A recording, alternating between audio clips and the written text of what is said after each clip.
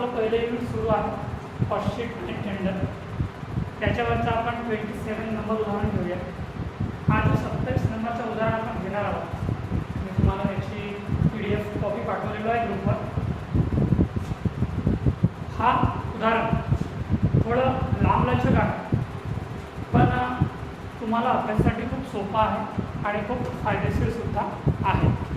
जो आपण उदाहरण घेणार आहोत अशा प्रकारचं उदाहरण तुम्हाला परीक्षेमध्ये 16 मार्कासाठी विचारू शकतो आहे किंवा याच्या आधारावरही सुद्धा. तर आता आपण जे उदाहरण शिकणार आहोत 27 नंबर खूप महत्त्वाचं आहे आणि आपले सगळेच उदाहरण या युनिटवरचे खूप महत्त्वाचे आहे. तरी तुम्हाला मी एक कॉपी पाठवलो आहे PDF स्वरूपात. मी एकदा वाचन करतो उदाहरणाचं बघा आणि समजून सांगतो आहे. The following figures have been obtained from the records of Rayo Manufacturing Company for the year 2007. You are required to prepare a cost sheet. Trading and profit and loss account तुम्हाला दिलेला आहे for the year ended 31st March 2003. Trading and profit and loss अकाउंटची माहिती बघा. Particulars rupees, particulars and rupees. To material 1,66,750. Direct wages 2,63,250. After 10,000. Manufacturing expenses 1,40,000. Carriage inward 20,000. Gross profit 2 lakh आणि by cells 8 lakh. त्याची total दिलेली आहे 8 लाख, 8 लाख आणि 8 लाखच्या खाली डबल अंडरलाईन दिलेला आहे. तो अकाउंट संपला. नंतर त्याच्या खाली अजून पुन्हा माहिती दिलेलं आहे. To office salary 40,000. Rent of office 22,000. Selling expenses 30,000. Carriage outward 6,000. Travelling allowance 2,000. General expenses 20,000 आणि नेट प्रॉफिट 80,000. याची टोटल 2 लाख आहे आणि बाय कॉस्ट प्रॉफिट दिलेला आहे क्रेडिट बाजूला 2 लाख. त्याची टोटल संपूर्ण 2 लाख आहे आणि खाली अकाउंट संपलेला आहे. अदर इन्फॉर्मेशनमध्ये बघा.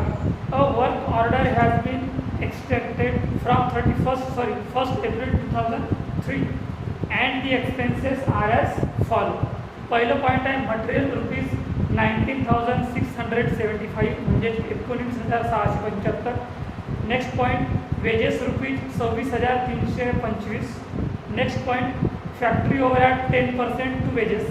आपल्याला फॅक्टरी ओव्हरहेड 10% टू वेजेस म्हणजे ऑलरेडी पर्सेंटेज दिलेला आहे, म्हणजे टेंडर तयार करण्यासाठी काही आपल्याला अडचण निर्माण होणार नाही. Office overhead 10% to prime cost म्हणजे आपल्याला टेंडरवर जो काही ऑफिस ओव्हरहेड काढायचा आहे त्याचा 10% कशावर घ्यायचा हा सुद्धा तुम्हाला दिलेला आहे. At what price sold the product be quoted so as to earn same rate previous year. Rate of profit on selling price. मला सेलिंग काही दिलेलं नाही आहे आणि हा कदाचित पहिला उदाहरण आहे की तुम्हाला कॉस्ट शीटवर युनिट दिलेले नाही आहेत आणि टेंडरचे सुद्धा तुम्हाला युनिट दिलेले नाही आहेत की किती युनिट्सवर तुम्हाला सेलिंग प्राईस कॅल्क्युलेट करायची आहे.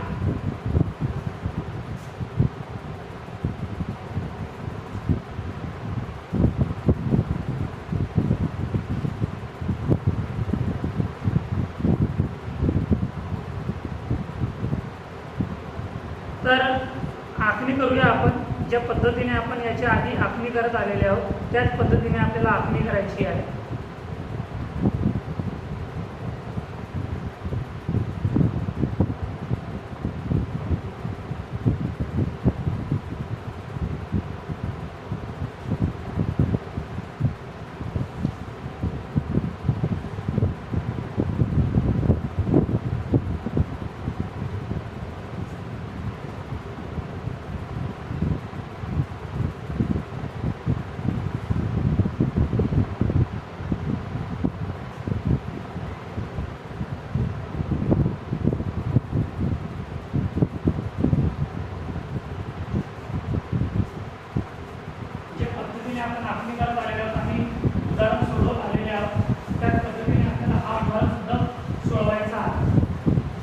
वेगळं नाही आहे आणि या उदाहरणात जे पॉईंट विचारलेले आहेत ते सगळे पॉईंट आपण याच्या आधीच्या उदाहरणात सॉल्युशन सोडवलेले आहोत. म्हणून उदाहरण तुम्हाला कठीण वाटायला नको आहे. मी आधी तुम्हाला सुरुवातीला सांगितलं आहे की सुरुवातीचे जर तुम्ही 3-4 उदाहरण तुम्ही आपल्याकडे लिहून घेत असाल आणि समजून घेत असाल तर पूर्ण युनिट्स तुम्हाला सोपं वाटेल. आपण आधी कॉस्टशीट तयार करूया. कॉस्टशीट आपल्याला या उदाहरणात युनिट्स दिलेले नाही आहेत तर आपल्याला एकच कॉलम तयार करून तरी चालेल, पण 2 कॉलम तयार करूया. जनरली टोटल, रुपीज आणि रुपीज असे 2 कॉलम.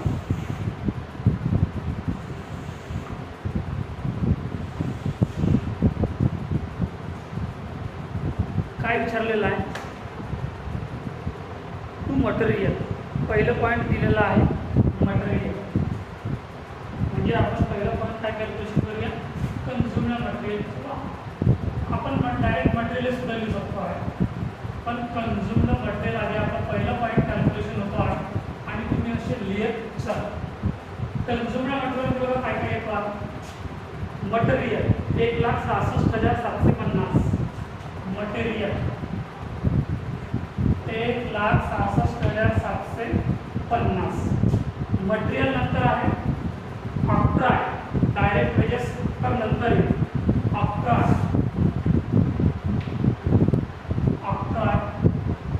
ऑक्ट्राय दिलेला आहे 10,000. ऑक्ट्राय नंतर दिलेला आहे मॅन्युफॅक्चरिंग एक्सपेन्सेस, तो फॅक्टरीमध्ये जाणार आहे. कॅरेज इनवर्ड नंतर आहे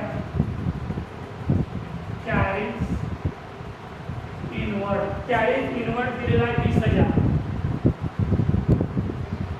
नंतर मटेरियल संदर्भातले पॉईंट संपलेले आहेत आणि 1,66,750 प्लस 10,000 प्लस 20,000 म्हणजे 1,96,750. 1,96,750. 1,66,750 प्लस 10,000 प्लस 20,000 1,96,750. हा काय राहणार आहे? Consumed material.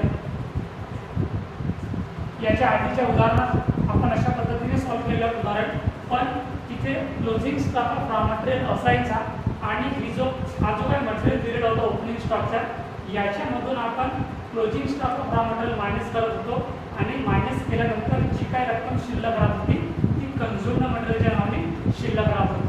पण या उदाहरणात closing stock of raw material दिलेलं नाही आहे किंवा opening stock of raw material दिलेलं नाही आहे. नंतर direct wedges plus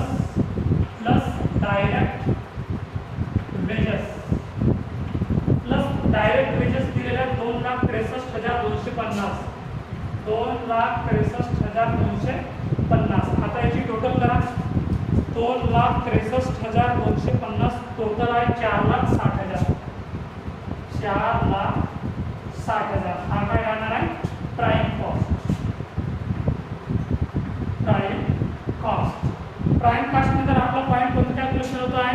second point factory overhead plus factory overhead.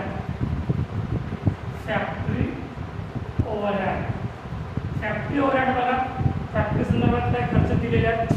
Manufacturing expenses 1,40,000. Manufacturing expenses किती आहे? 1,40,000. मॅन्युफॅक्चरिंग नंतर ऑफिस सॅलरी दिलेला, रेट ऑफ ऑफिस आहे, सेलिंग एक्सपेन्सेस आहे, कॅरीज आउटवर्ड आहे, ट्रॅव्हलिंग अलाउन्स आहे, जनरल एक्सपेन्सेस आहे. हे सगळे जे खर्च आहेत ते ऑफिस आणि सेलिंग डिस्ट्रीब्युशन संदर्भात आहेत.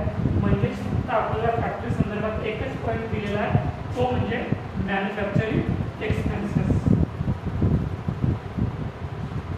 याची टोटल करा. 4,60,000 प्लस 1,40,000 म्हणजे 6,00,000. हा जो 6,00,000 निघालेला आहे हा आपलं काय राहणार आहे? फॅक्टरी कॉस्ट किंवा work cost.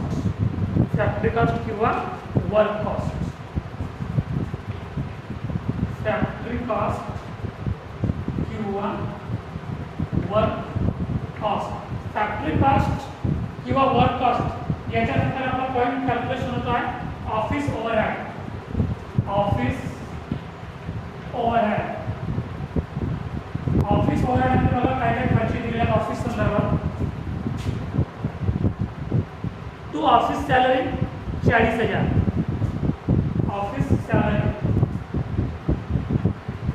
Office salary 40,000. Office salary 40,000. Rent of office 22,000. Rent of office किती आहे 22,000. रेंट ऑफ ऑफिस नंतर दिलेला आहे सेलिंग एक्सपेन्सेस सेलिंग मध्ये जाणार आहे.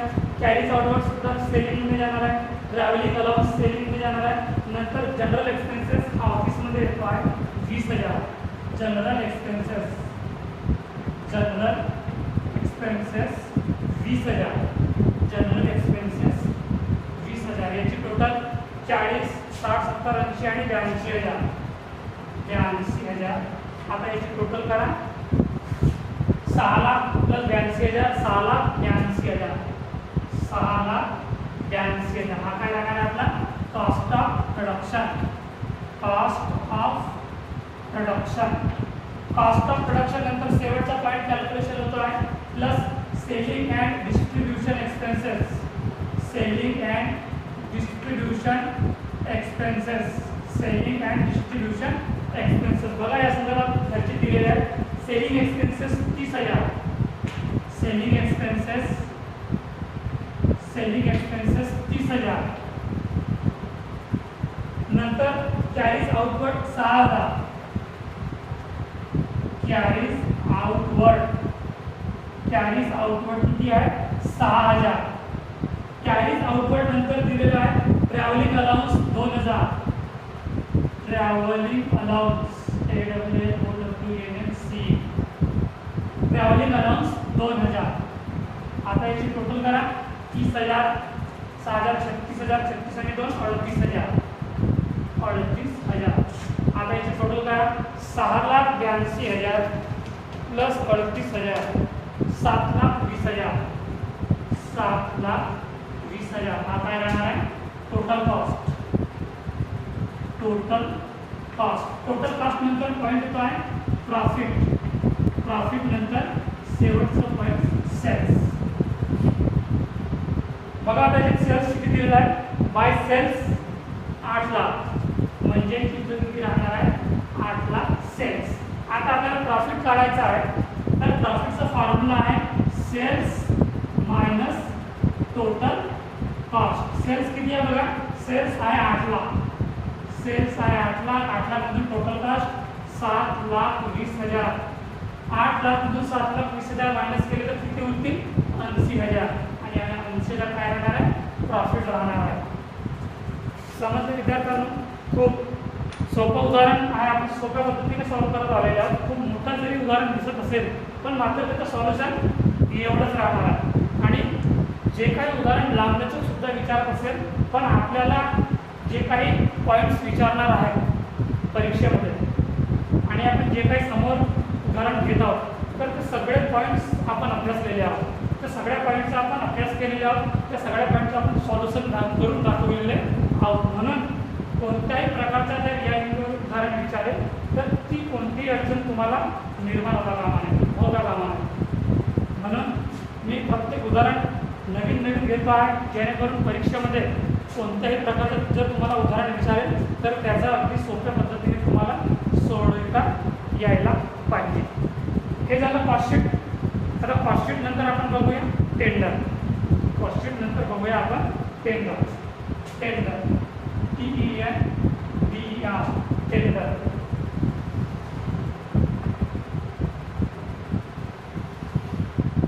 टेंडरमध्ये आपल्याला युनिट्स काही दिलेले नाही आहेत तर फक्त एकच कॉलम तयार करूया तो म्हणजे अमाऊंटचा आणि दुसरा म्हणजे पर्टिक्युलरचा. काय दिलेलं आहे टेंडर संदर्भात बघा. A work order has been extracted from 1st April 2003 and the expenses are as follow. Material दिलेला 19,655 मटेरियल. दिलेला आहे 19,675. 19,675. मटेरियल नंतर आहे वेजेस किती दिलेलं आहे 26,325. 26,325. आता याची टोटल करा 19,675. 19,675 प्लस 26,325. 26,325 टोटल आहे 46,000. टोटल आहे 46,000. आणि हा काय राहणार आहे प्राइम कॉस्ट. प्राइम कॉस्ट नंतर आपला पॉईंट येतो आहे फॅक्टरी ओव्हरहेड. फॅक्टरी ओव्हरहेड संदर्भात काय विचारलेलं आहे factory overhead 10% to wages. Factory overhead 10% to wages. आपल्याला ऑलरेडी ह्याच्यात पर्सेंटेजेस दिलेला आहे आणि म्हणून आपल्याला फॅक्टरी ओव्हरहेड काढण्यासाठी कोणतीच अडचण येता कामा नये. 10% to wages. Factory overhead 10% to wages. Wages किती दिलेला आहे 26,325. हा बघा हा वेजेस दिलेला आहे. याच्यावर आपल्याला 10% फॅक्टरी ओव्हरहेड घ्यायचं आहे. 26,000 किती दिलेलं आहे 26,325. तर 26,325 गुणिला 10% भागिला 100 किती होणार आहे 26,325 चे 2,633. 2,633. तर इथे येणार आहे 2,633 फॅक्टरी ओव्हरहेड. 46,000 प्लस 2,633 48,633. 48,633 हा काय राहणार आहे फॅक्टरी कॉस्ट किंवा वर्क कॉस्ट. फॅक्टरी कॉस्ट किंवा वर्क कॉस्ट. याच्यानंतर पॉईंट येतात plus office overhead. Office overhead संदर्भात काय म्हटलेलं आहे office overhead 10% to prime cost. 10% to prime cost. Same method जी मेथड आपण फॅक्टरी ओव्हरहेड संदर्भात घेतलेल्या 10% टू वेजेस म्हणजे वेजेस आपल्याला दिलेलं होतं 26,325. याच्या 10% म्हणजे 2,632.5 म्हणजे राऊंड फिगर 2,633 आले. 2,633 फॅक्टरी ओव्हरहेड. आता दुसरा पॉईंट आहे ऑफिस ओव्हरहेड. ऑफिस ओव्हरहेड दिलेला आहे 10% to prime cost. Prime cost किती आहे 46,000 आहे दिलेलं 46,000 म्हणजे 46,000 इंटू 10% अपॉन 100. 46,000चे 10% किती होणार आहे 4,600. तर इथे येणार आहे 4,600. आता याची टोटल करा 48,633 प्लस 4,600 53,233. 53,233 हा काय राहणार तुमचा कॉस्ट ऑफ प्रोडक्शन. याच्यानंतर सेलिंग अँड डिस्ट्रीब्युशन एक्सपेन्सेस येणार आहे. या संदर्भात काही दिलेलं आहे का at what price should be product be quoted so as to earn the same rate previous year rate of profit on selling price. म्हणजे तुम्हाला इथे सेलिंग अँड डिस्ट्रीब्युशन एक्सपेन्सेस संदर्भाचा काहीच पर्सेंट दिलेलं नाही आहे. तरी पण मात्र तो सुटता कामा नये. Plus selling and distribution expenses amount दिली नसेल तर डॅश लिहा किंवा नील लिहा. 53,233 हा काय राहणार आहे तुमचा टोटल कॉस्ट. याच्यानंतर प्रॉफिट. याच्यानंतर काय येणार आहे प्रॉफिट संदर्भात तुम्हाला मुद्दामून विचारलेला आहे शेवटचा पॅरा शेवटची line. At what price should be the product be quoted so as to earn a profit same rate previous year. म्हणजे जो मागच्या वर्षीचा जो काही रेट आहे तुम्हाला दिलेला तो याच्यावर सेम रेट राहणार आहे. म्हणजे किती रेट दिलेला होता आपल्याला 10% फॅक्टरी आणि 10% ऑफिस. म्हणजेच 10% कॉमन आहे. म्हणजेच 10% आपल्याला काय घ्यावं लागेल प्रॉफिट घ्यावा लागेल. कशावर विचारलेला आहे 10% प्रॉफिट सेलिंग प्राईसवर. सेलिंग प्राईसवर आपल्याला 10% प्रॉफिट विचारलेला आहे. म्हणजे 10% प्रॉफिट. 10% प्रॉफिट 53,233. 53,233 किती येणार आहे? 10% प्रॉफिट 53,233 गुणिला 10% भागीला 100. भागीला 100 किती निघतील त्याचे 10%?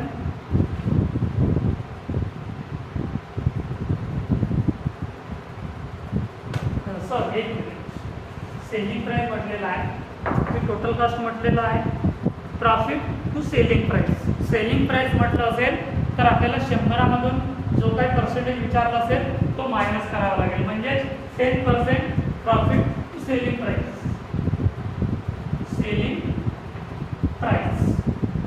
सेलिंग प्राइस बरोबर. तर टोटल कॉस्ट आहे 53,233 गुणिला 10 भागीला 90. 53,233 गुणिला 10 भागीला 90 किती आहे? 5,915. 5,915 याची टोटल करा आता. 5,915 प्लस 53,233 59,148.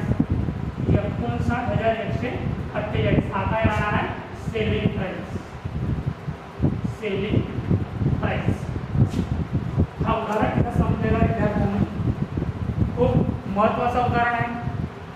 खूप वेगवेगळे पॉईंट्स विचारत आहेत, ते आपण प्रत्येक पॉईंट्स चांगल्या प्रकारे सोडवित आहोत आणि तुम्हाला समजून सुद्धा सांगत आहोत. हा आपला प्रॉब्लेम्स नंबर 27 इथे संपलेला आहे. पुढचा उदाहरण आपण पुढच्या व्हिडिओमध्ये घेऊया आणि इथेच थांबूया. धन्यवाद.